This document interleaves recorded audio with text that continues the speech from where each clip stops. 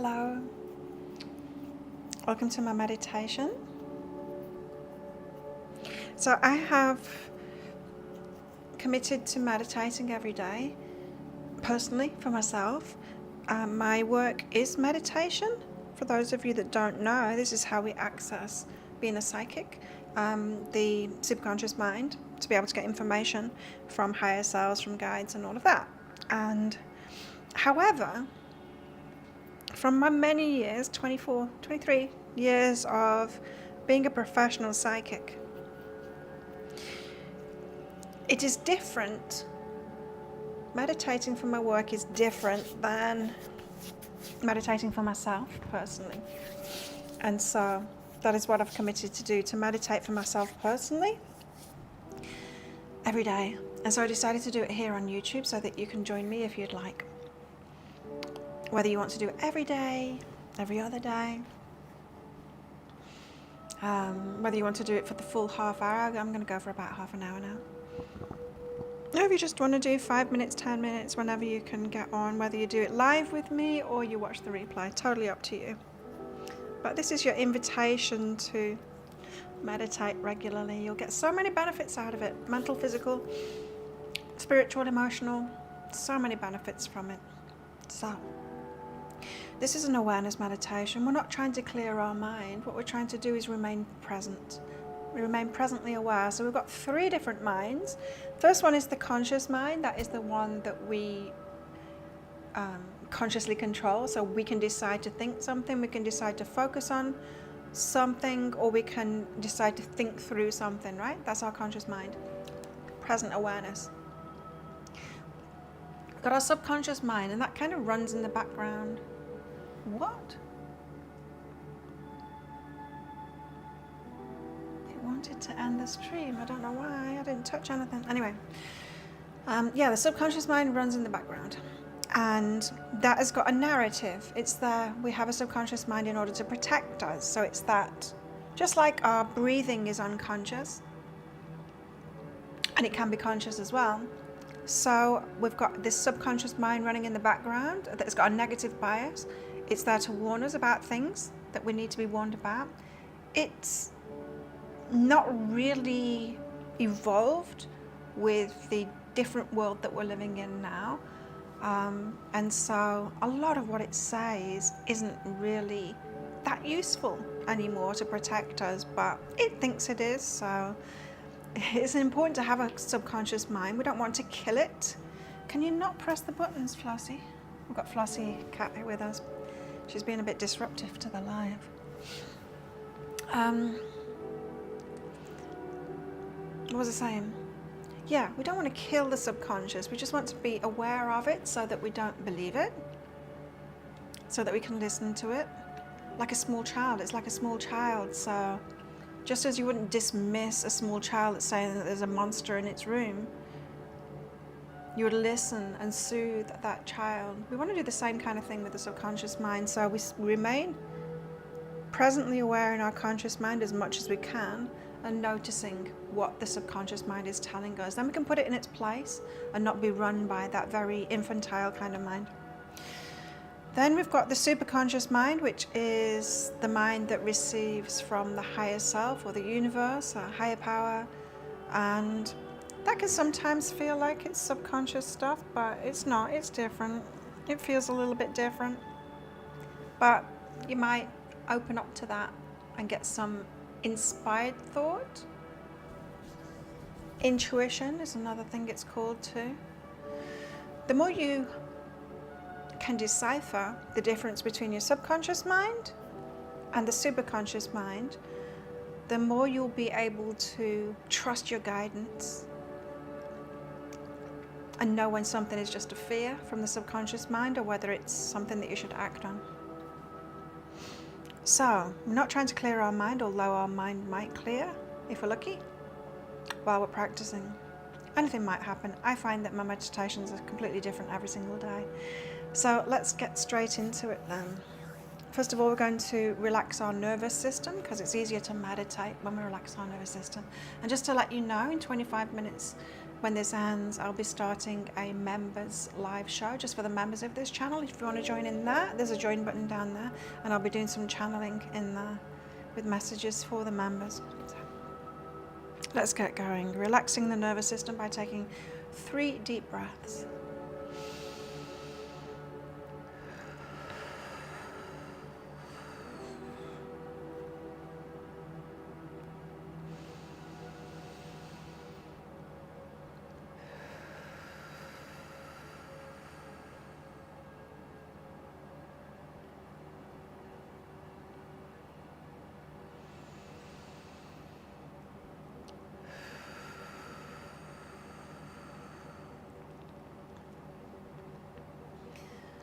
Now, to quieten our nervous system even more,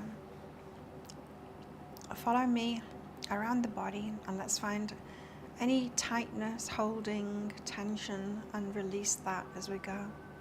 So starting off in the left toes, I'm moving up the arch of the left foot to the left heel. In the left heel, let's do some rings around the ankle. And then from the ankle, moving up the calf of the leg to the knee. The left knee, up the upper leg to the hip, feeling that femur relaxing in the hip socket. And then around to the glute, feeling what the glute is sitting on, lying on, the contact that it has with whatever surface that you're on, and then feeling that big muscle of the glute relax and melt away. Moving across to the right hand side now, the glute, feeling what it's resting on, feeling it melting away and relaxing and being supported by whatever it's touching. Moving into the right hip now, feeling the femur relax in that hip socket. And then moving down the right upper leg to the knee. From the knee down the calf to the ankle, doing some rings around the ankle to the heel, and then down through the arch of the foot into the toes, out the end of the toes. Moving into the left fingers now. Moving up the left fingers to the palm of the hand. And moving from the palm down the thumb. And then back up the thumb to the wrist. Moving up all the little finger muscles in the lower arm, up lower arm to the elbow. Relaxing it all as we go, from the elbow, up the bicep, tricep, to the shoulder, feeling the shoulder relaxing down away from the ears on the left hand side there. Across the top of the shoulders to the right hand side, feeling that right shoulder relaxing down away from the ear too. Down the right arm, bicep, tricep to the elbows. Down the forearm, all of those little muscles, relaxing those to the wrist, and then from the wrist we're going down the thumb, back up the thumb again to the palm of the hand, and then down through the fingers and out the ends of the fingers. Moving to the belly now, let's take a deep breath into the belly, expanding it out as far as it will go. And then releasing the belly and all the tension in the belly as we let that breath go. Another deep breath, this time into the upper chest, the rib cage, the back, the upper back, expanding it all out.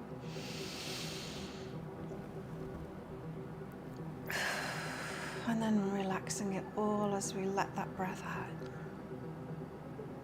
And starting at the base of the spine now, moving vertebrae by vertebrae up the spine. You might want to lengthen your spine now by lifting your head up. Moving up the spine. And then when you get to the neck, just relaxing the neck by moving it from side to side. And a big exaggerated no movement.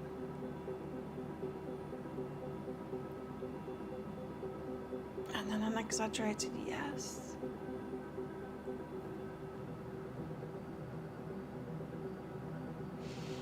And then balancing your head there in a comfortable position. Relaxing the jaw. Resting your tongue lightly in the roof of your mouth.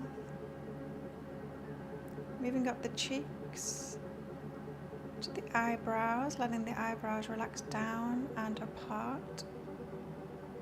Feeling the eyeballs move back slightly into the sockets. And moving up the forehead, relaxing it to the scalp, and then feeling the scalp relax. And so the ears move down ever so slightly toward the shoulders. And moving your consciousness now to the middle of your forehead, the third eye. This can intensify the meditation.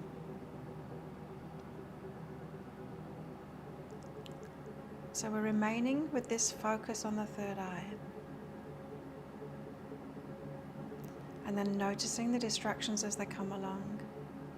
It's part of the human condition that we have these distractions, whether it's sounds outside of us, whether it's sensations in the body like an itch, ache, tingling, discomfort, whether it's an emotion that comes up, a feeling, whether it's the subconscious mind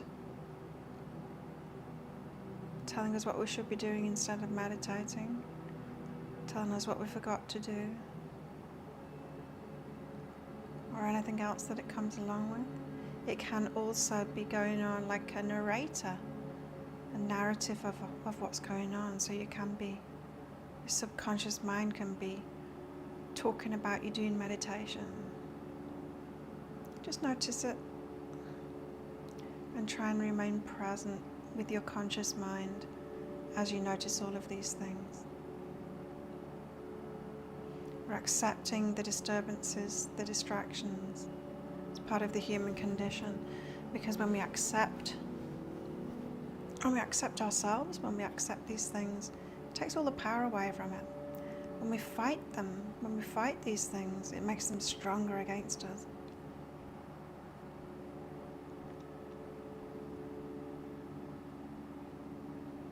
You might like to name the distractions when they come along, and that can help you remain present.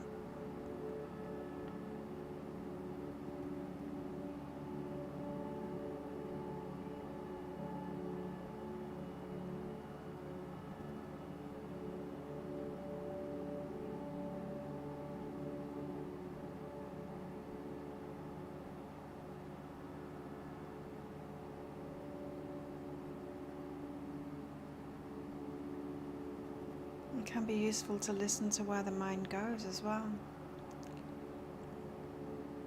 Often the subconscious mind, while we're in meditation, comes up with things that we do really need to address, worries, or something that needs to be said. So do notice where it goes. You might also hear some guidance from the higher self mind, the superconscious mind as well. See if you can decipher the difference between those two types of thought, the way that they come to you, the way that they feel.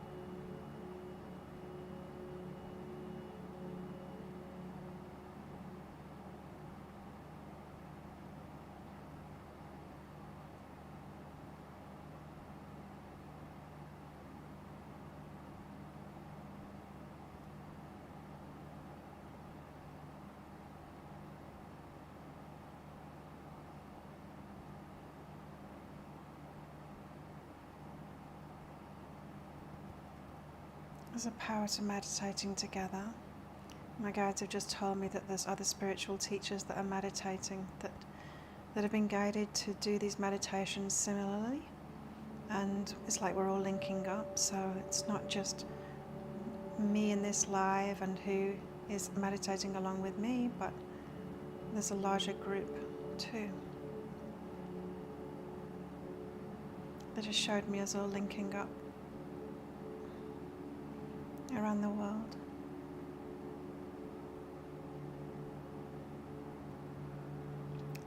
We not only benefit ourselves from meditation, which we do in many, many ways, we also benefit the vibration of the universe, the whole planet, especially when we're meditating together.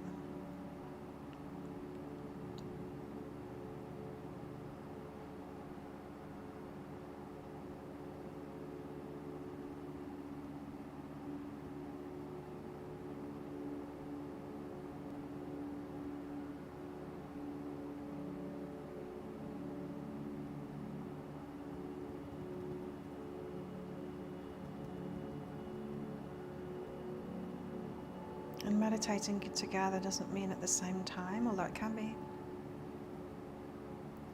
It's about the intention. Whether you're watching the replay or meditating live with me, we're still doing it together.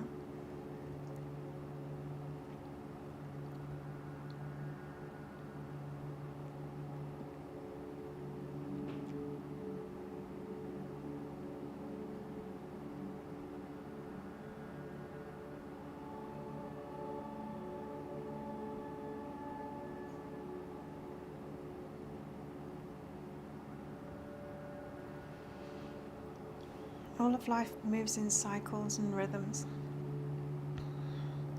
As human beings, we want things to be constant and constantly improving, but that's not how the systems and ourselves and anything goes in life. There's always these cycles and rhythms.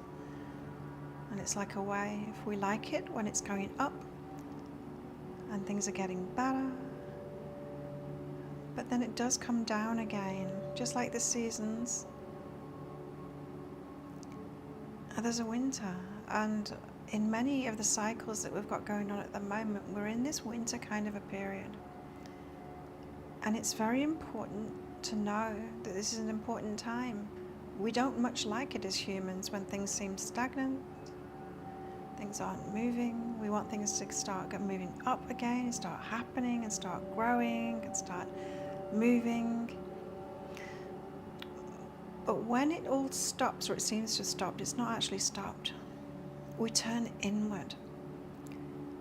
It generates this feeling of unease within us, which has us asking for more, wanting change. There's a lot going on inside of us when there's not a lot going on outside of us. And then you can pair that with the top of the rhythms, where lots is happening. We tend not to have a lot going on inside of us. We're just kind of enjoying life and riding that wave, and things are going well and things are happening. So it's more external than it is internal.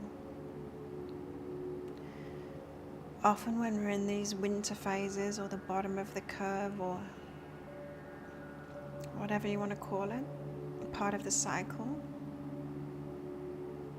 we want to rush it, we want to turn it around, we make ourselves wrong for it. We think that we should be able to get it going again.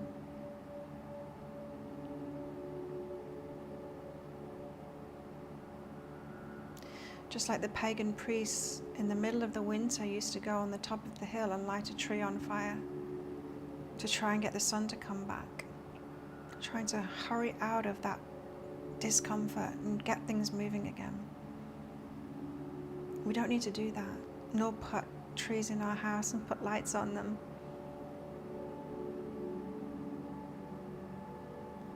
We don't need to coax the sun back, and we don't need to try and speed up the cycle to get into a more comfortable phase. Recognize the introspective phase as being very important. If you can accept that, when less things are happening on the outside, more is happening on the inside, and this is not only okay, this is exactly as it should be. Then you can go easier on yourself and realize that you can spend more time thinking on these things of the change that you do want, and accepting that you're not waiting on yourself to do something differently, you're waiting on the rhythms of the universe to shift back into that external phase again. As much as we like to be in control of these, we're actually not in control of them, and we can try really hard to get things moving. And then when they do get moving, we think we've done it, but we didn't. It was just time that did it. But that's not to say not to use this time to dream of what you want to experience next, ask for what you want next. That is one of the reasons that we were in this. So don't stop trying to get it moving, is what they're saying.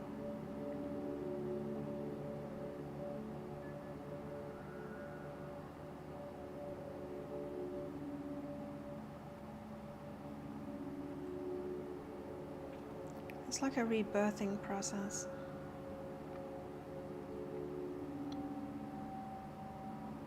Everything is born and dies, and not just us as human beings.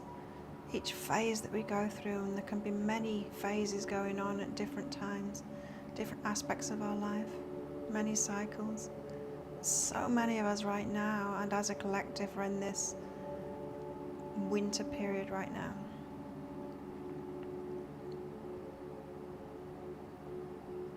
All the more reason, all the better to meditate.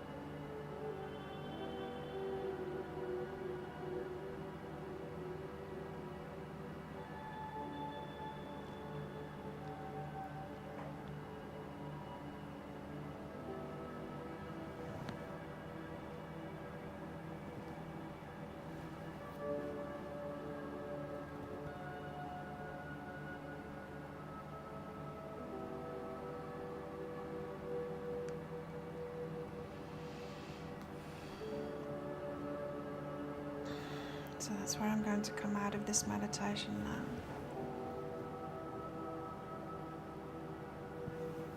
Feel free to carry on if you want.